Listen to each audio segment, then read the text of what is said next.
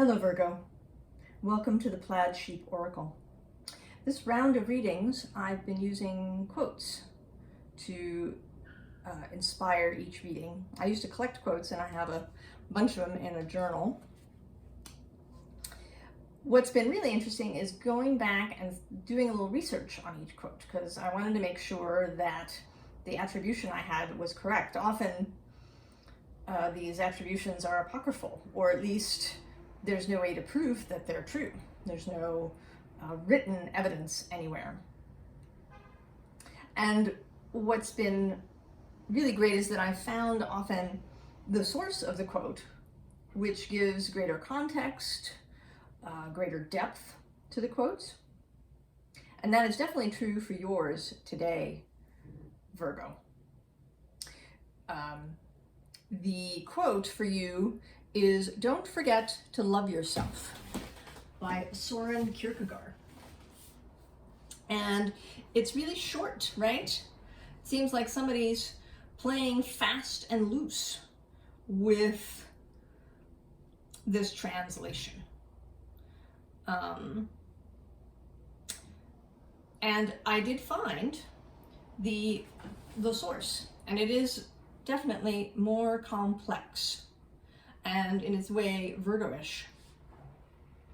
So the quote comes and is sort of changed from a letter that he wrote to his cousin Hans Peter. And I think that from the context of the quote, I didn't actually find anything about this immediately, is that something must have been up with Hans Peter, that maybe he was an invalid or had in some way something that prevented him from, living what would be considered a normal life. The quote is, "Above all, do not forget your duty to love yourself. Do not permit the fact that you have been set apart from life in a way, been prevented from participating actively in it, and that you are superfluous in the obtruse eyes of a busy world. Above all, do not permit this to deprive you of your idea of yourself, as if your life, if lived in inwardness, did not have just as much meaning and worth as that of any human being in the eyes of all-wise governance, and considerably more than the busiest haste of busyness, busy with wasting life and losing itself." So I imagine that this was relevant, right? This was the early days of the Industrial Revolution.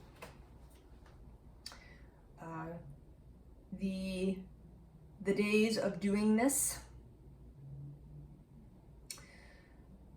the days of productivity, and certainly for men across history, the requirement to be productive, to have accomplishments. And for you, Virgo, perhaps the Virgos that come to see this reading are particularly inward focused. Perhaps you are on the introverted side, and that you've maybe been criticizing yourself for not doing more. But I think that that is actually not the problem, Virgo. I think it's not about the inward focus or the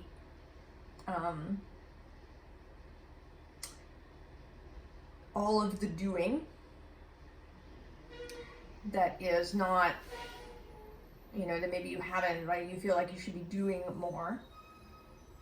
Or maybe you feel like you should be out socializing more. I don't think that that's actually what the issue is. I think that there is some anxiety, some fear around stepping outward that doesn't really have anything to do with productivity or success. I think that it has to do actually with love. And that you are having difficulty loving yourself. So we begin with this underlying shaman card. Here in the Woodland Tarot, this is the Magician. Gemini energy, and I often associate it with Virgo. Virgo's ruled by Gemini. The Magician is a Virgo character. I think in many ways even more than Gemini, because he uses all the elements. And this, right, the shaman as the intermediary between this world that we walk around in and the invisible world. Right? That's a sort of a Gemini characteristic too, and that involves often very much physical things, as Virgo does. And I think this is you, Virgo, but not as you know yourself.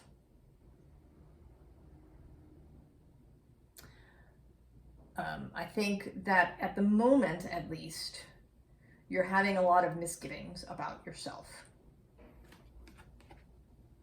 Underneath that, we have this challenge card with these two hairs. And I think you, right, you're conflicted in some way. You're feeling conflicted. And we move to this Queen of Stones bear.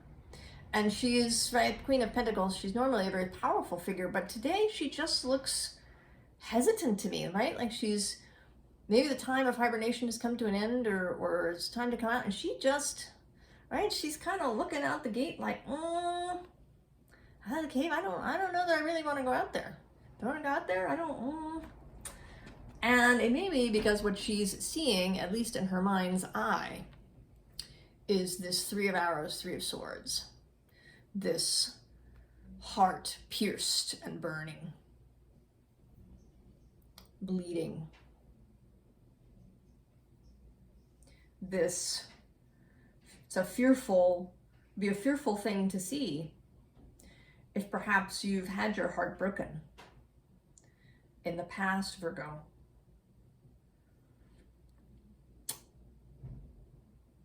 This would be a fearful apparition.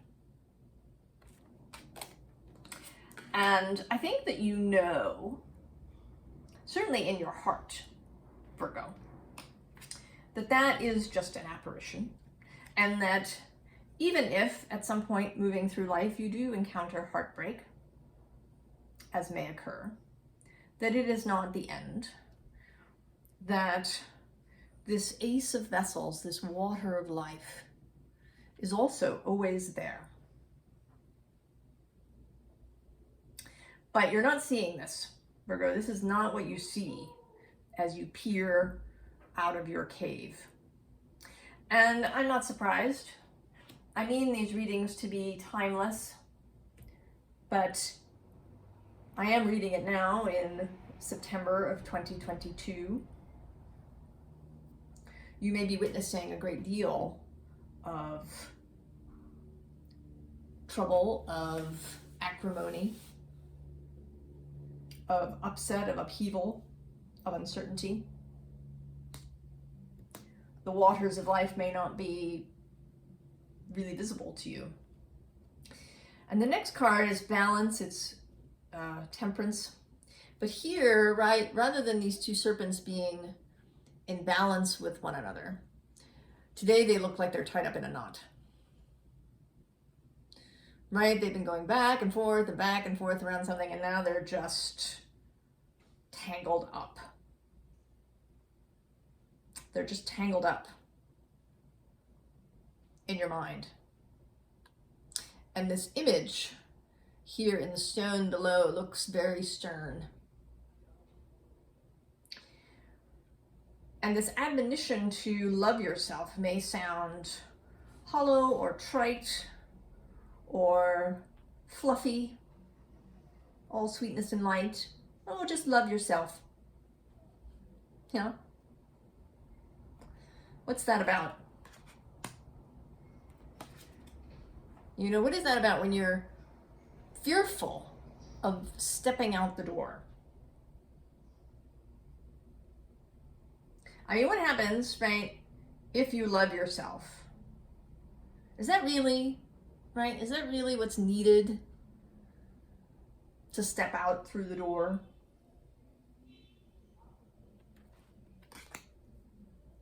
So this second row here, and this little section, I feel is really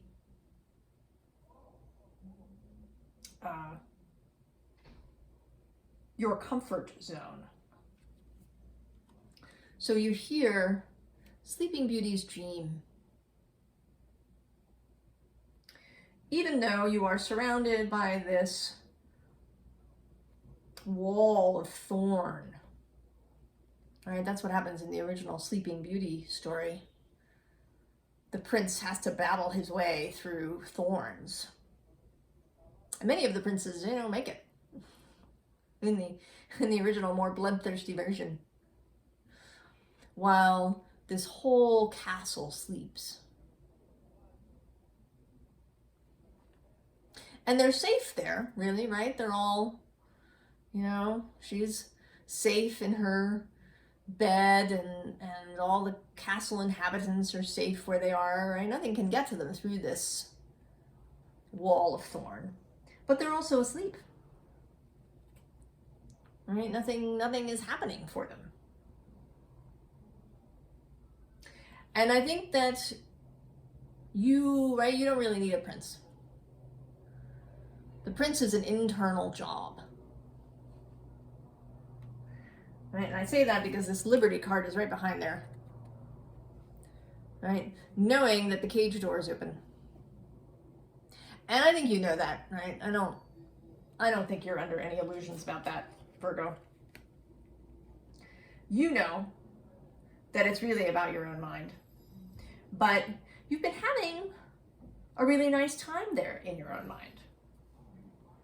Right? It's a lovely space. Those of us who are introverts, right, we spend a lot of time in our own minds. And often it's a very lovely space. Right? We daydream, we can dream of all different kinds of places, make up lovely stories for ourselves, like disappearing into a good book. This space is often very vibrant, right? If you have a vivid imagination, this vivid garden of your mind, where you can just be still. And this lockdown that we've all passed through has, I think, perhaps introduced things to ourselves, or reintroduced things to ourselves that we had forgotten about. If we were busy, we might have forgotten how lovely it is to just be still and quiet, to hear our own thoughts, to maybe listen to nature, to have quiet time, to have a slower rhythm of day and night. She's not running through her days. And here you are, in this desert solitariness card on the swing. It's very peaceful, gentle. There's these birds that maybe are singing. There's no crisis, no tumult, no disruption. And what you're seeing right on the outside is speed. And underneath that, change in the wind.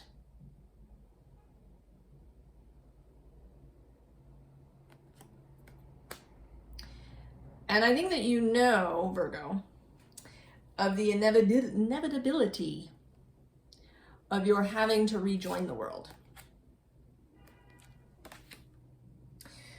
Maybe it's really practical. Maybe you've been working from home and your job has decided to reopen its offices. And so you are headed back out into the world. Or you've gone back to school here in September after the summer, and perhaps after taking classes from home. So, and even if this is not, imminent, like right now, I think that you know that it's coming soon. You are not, Virgo, a sign that is self-deluding, I think. Quite the opposite. I think Virgo is very self-critical. Sometimes too realistic for its own good. Seeing all of the obstacles ahead. Seeing all the possible problems and pitfalls. Seeing puzzles and challenges ahead that might not even yet exist. I think that you're seeing these things, and you've had this lovely internal time, and you know that you have to go back out. And you may even be telling yourself that this is what's supposed to happen, right? That you're supposed to going back to being busy. Isn't that what modern life is about? Being productive. Achieving. Right? Achieve is kind of a Capricorn word, but it has a Virgo flavor too. I'm familiar with it. I live in New York. And New York City. And if you've read Eat, Pray, Love, you know that Elizabeth Gilbert, in giving New York City a word, gave it the word achieve. And that energy may be very present for you wherever you live, Virgo. This sense of having to be doing things. And you got so comfortable. It was so nice to not have that. But isn't that lazy of you? Aren't you failing in some way? Aren't you failing to be of service? To do the job well and correctly if you're hiding? And how is loving yourself going to help? Right? Isn't that just syrup?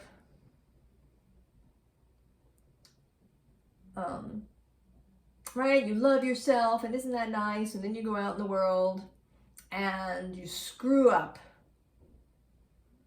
Right? Isn't that the risk? Right? That's a risk. Love is a risk. At least in the physical world, right? Loving, I think that loving spirit, loving the all that is, loving your own soul doesn't actually entail any risk. These things are not going to let you down or disappear or pass away. But stuff in the 3D, people particularly, to love them is a risk, and you may feel that loving yourself is a risk.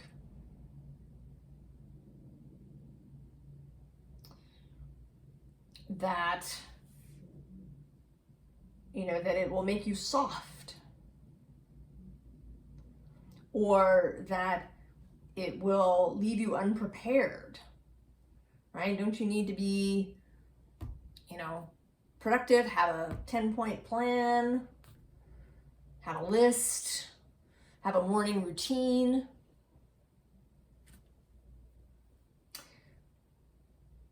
And that, right, these are all the sort of the self-critical voices. Because right, yeah, nothing terrible's happened. probably, that's not certainly, but this looking at, this lovely space that you've had for yourself. There may have been difficulties, but overall, it's been a nourishing time for you, Virgo, to have this less busy space, the space where you could create your own rhythms. And maybe you've really learned about your own preferences, right? There's a theme running through these readings about being yourself, about honoring your own preferences, even if they don't fit whatever the image or box, right? Virgo is supposed to be productive, right? Productive, detail-oriented, service-oriented, all of these things. But Virgo is also about devotion, about the rhythm of life, and in a natural way, not a man-made way. The Vestal virgins, the priestesses of Vesta, they kept the fire burning, the holy sacred flame burning. They kept an eye on all of the natural rhythms and the stars and the planets moving.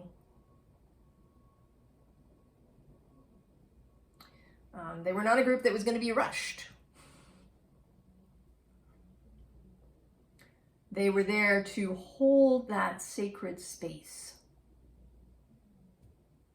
And we were introduced through this lockdown period to a little more sacred space, to our own rhythms. And I think it's fortunate that many of us are finding ways to keep that, to hold on to those rhythms we found, to honor our own rhythms, to listen to our own bodies, to spend time in our own imagination gardens, to daydream. What we have to leave is this Sleeping Beauty castle, because that's the bit that doesn't work, right? It's not having a slower pace. It's not honoring your own cycles. It's not making sure you have time for yourself. It's disappearing down a hole. It's covering our eyes and ears and shutting out the world that is, right, what we don't want to continue, right? We want to reconnect with people and friends and places that we've liked, but to do it mindfully. And in order to do that, in order to be able to hold our preferences, say this is how I want to live. Right? I'm going to make it work knowing what my, logistical needs are. Right? And not everybody will be the same, of course, right? If somebody really enjoys being an emergency room doctor, then they really enjoy that rush, that busyness, that, style of connecting with people. But I don't think that's you, Virgo, or at least the Virgos that have come to see this reading.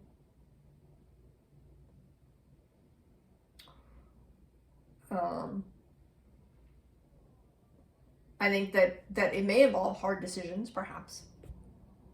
But if you're going to make these hard decisions, you're going to make choices based on your own preferences, on the way that you want to live your life, the way you want to feel on a daily basis, how you want your body to feel, right? Do you want to be able to eat lunch properly and not at your desk?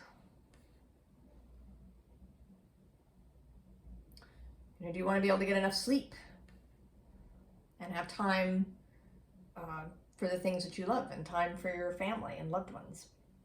You have to love yourself. And that appears here as the final underlying. And this love is not, I think you will agree, all hearts and flowers, right? It's not that at all. It's in fact a set of steps to climb. And there's these autumn leaves. Right? This is not an airy-fairy love card. This is kind of the work of love. Because loving yourself may mean doing things that are difficult. Right? It means not binging on Netflix. It means sticking to a time, right, to go to bed so that you get enough sleep. It means eating food the way your body wants you to eat. It means having courage to take risks in your personal and professional life. But you do it not because somebody's making you. You do it because you are worth it, Virgo. You are totally worth this because you love yourself. You love yourself. You're so lovable, Virgo. And I think that there's a part of us, always a part of us, our heart, right? And certainly our soul, that never stops loving us. It's only parts of our mind, parts of ourselves that were cut off or that were created to try and keep us safe in what is a turbulent world. It's those parts that don't, right, that are wary of this love thing. But what's next here is the other aspect of love. Power and strength. That is what love confers, you know? We think about, you know, stories of mothers lifting cars to get their children out from under them, or people performing other amazing feats to save someone or help someone.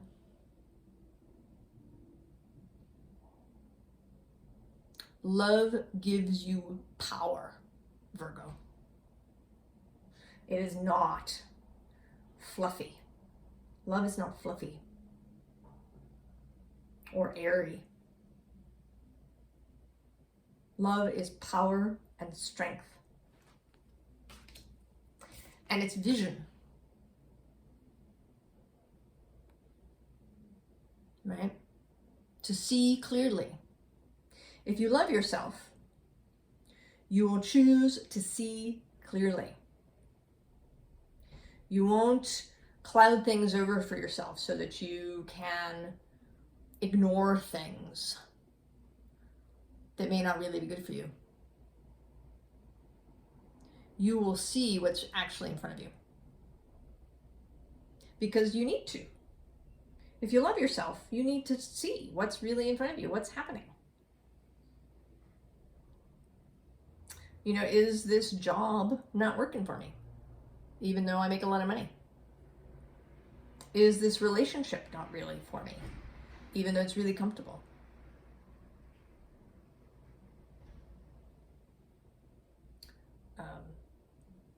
Is my relationship with my children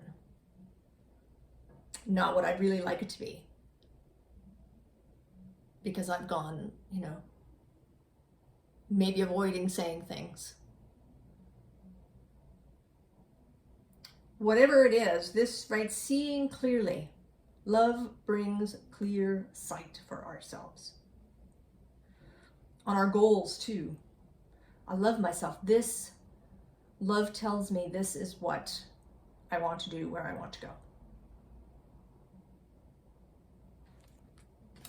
And love helps us take risks. It is a risk, of course, but it helps us take risks.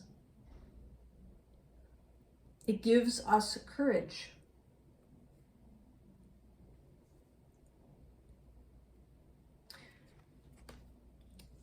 Love is not fluffy, Virgo.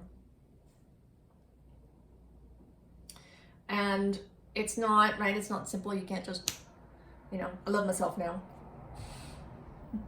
But you don't need that, Virgo. You are the master of practice. You can create a self-love practice. Right? You encounter a situation. If I love myself, what would I do here? In fact, not if, I love myself. What is the choice here for someone who loves themselves? Is it to do this, this thing that, seems easy, less conflicting, perhaps lets me stay at home more, but it's kind of unsatisfying? Or is it to do this other thing that has more risk, but is much more compelling? So it's a practice, Virgo, and you're so good at that. Find that inner Vesta and allow her to create your devotional path. Devotion to your own best interest, best self. And when you reach there, when you find this place, you will find that there is this endless source, right? The source of divine love that will, that has been there all along, and that now you are in alignment with. Because you see yourself as Source sees you, as your own wider self sees you. And once you're in that stream, you won't want to leave.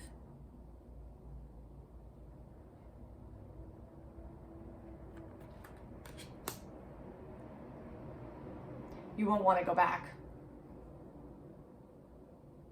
to a life where you didn't make choices out of love for yourself. And you will be able to share that love, right? Once you're standing in that river and it's flowing through you, it flows through you and out to other people. You will have the energy, the potency of that endless stream.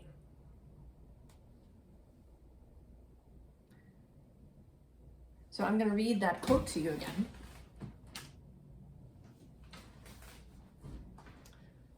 Above all, do not forget your duty to love yourself. Do not permit the fact that you have been set apart from life in a way, been prevented from participating actively in it, and that you are superfluous in the obtruse eyes of a busy world. Above all, do not permit this to deprive you of your idea of yourself, as if your life, if lived in inwardness, did not have just as much meaning and worth as that of any human being in the eyes of all wise governments, and considerably more than the busiest haste of busyness busy with wasting life and losing itself. I wish you all the very best, Virgo. I wish you all the love for yourself. And I'll see you next time. So long, Virgo.